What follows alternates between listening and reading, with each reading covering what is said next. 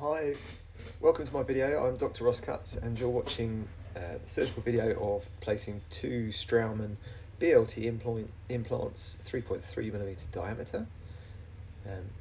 The history to the site, we had some very old post-retained crowns that previously had apicectomies and scar tissue present, so we're doing a delayed placement protocol, so we take the teeth out, let things heal for typically 10 to 12 weeks to allow the chronic inflammation to resolve.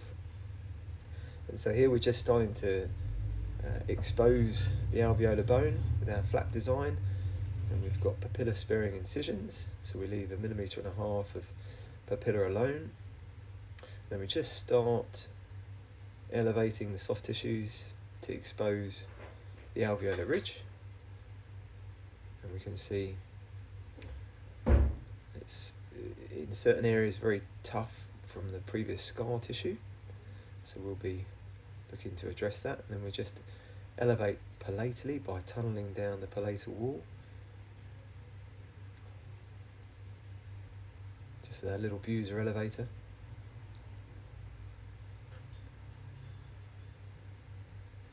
And here we go, we start just dissecting out, blunt dissections, and then just scoring the periosteum and the scar tissue just to allow passive tension-free closure. We do the majority of this early on so that as it bleeds from cutting the periosteum, it will go up the aspirator pipe before clotting.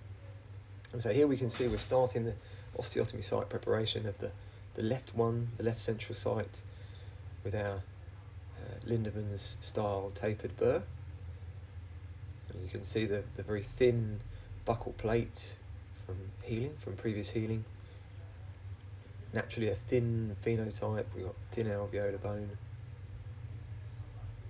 It's still very, still bleeding quite a bit from the periosteal releases. And then we just work our way through the drill protocols. And we can see that thin alveolar plate is starting to go, that primary callus of bone. And we just work our way through the drill sequence.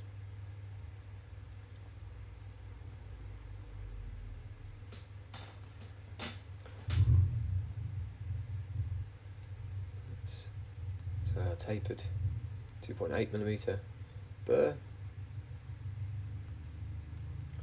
We can see clearly there's a big V-shaped defect buccally.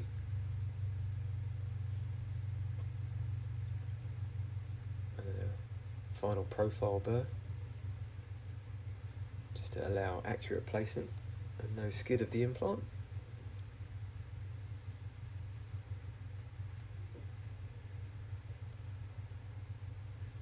There's our implant being positioned by hand. Over the years I've always liked to position the implant so that you can get a good tactile sensation of primary stability. Sometimes in a site like this, we need to use a tissue forceps to kind of stabilise the fixture into the position. You can clearly see a V-shaped defect, lack of primary stability.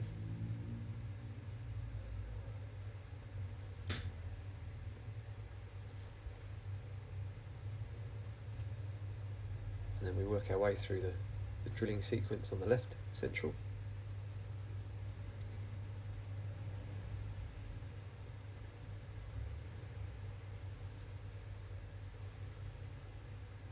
Just going to full depth, so 10mm. Then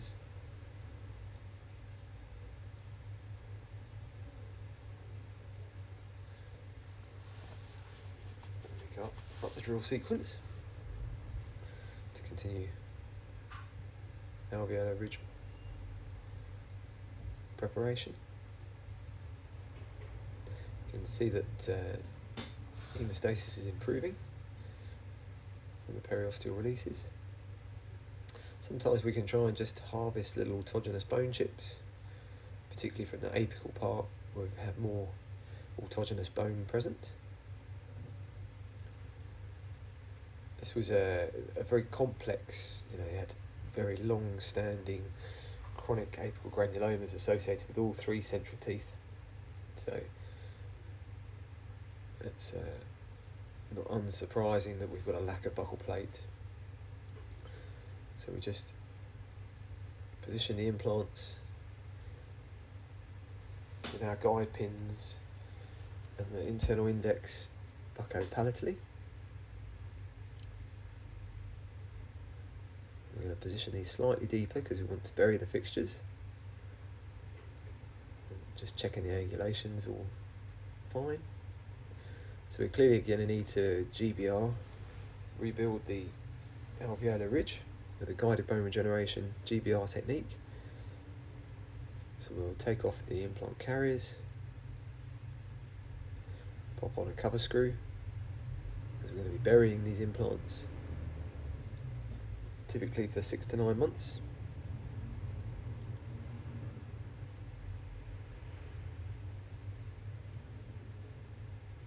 Just 2 simple little cover screws.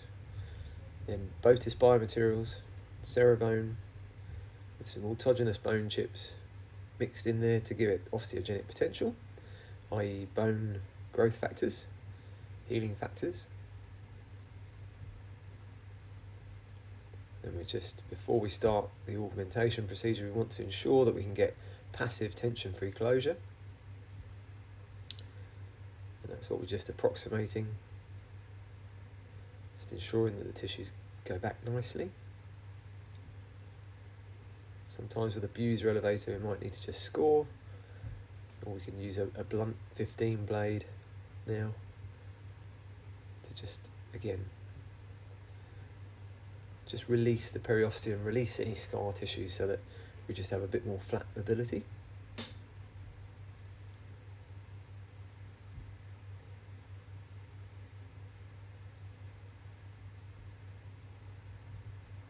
We can see we've got more mobility, but we just want to release it a touch more so it's even more passive for its closure. And you can see that the site is bleeding, which is good.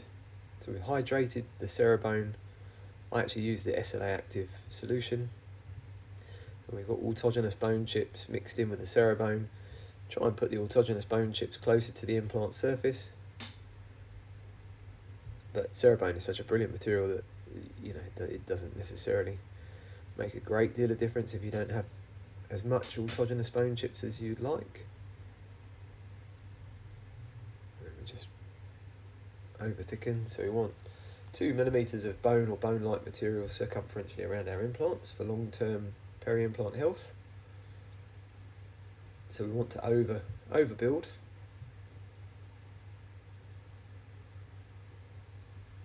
We can even contour the pontic site, which will be the upper left 2.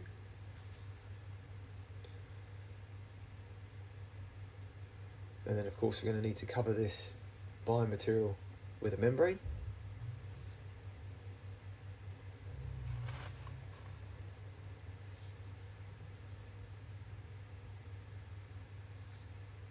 So you can see we really are over contouring.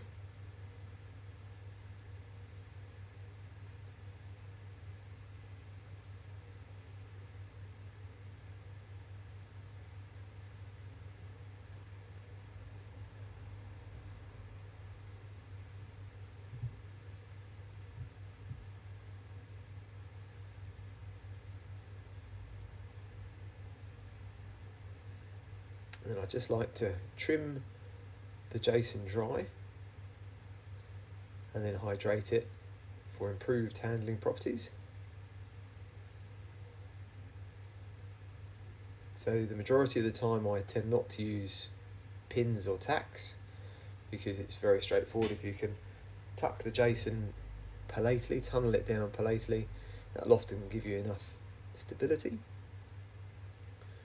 And you can see it does like to stick to everything. And I'm going to use a double membrane, one for each side, hydrate it again.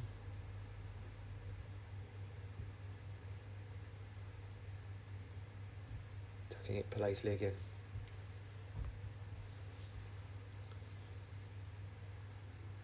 then it's just a question of closing the site up.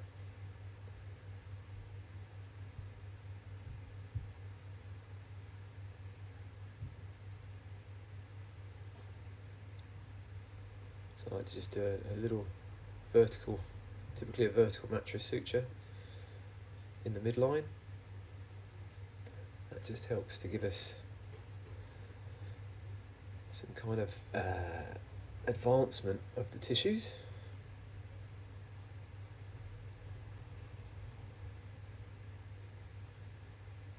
And of course we just like to tie everything loosely.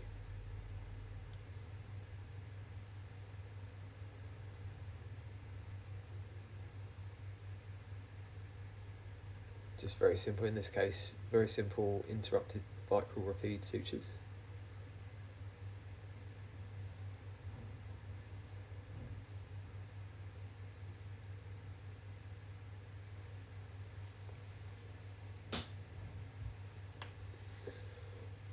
As the sutures are carefully positioned, so we can see the site just starts to come together.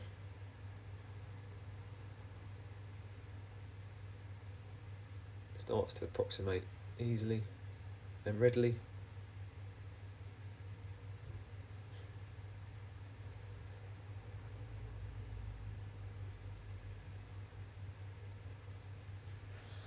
And just keep applying the sutures until we're happy that we get good primary closure.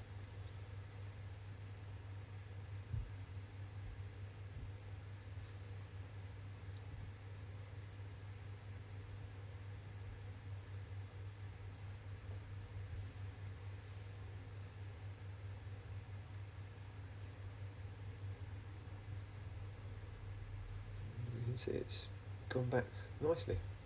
Denture is sitting on top, the provisional denture.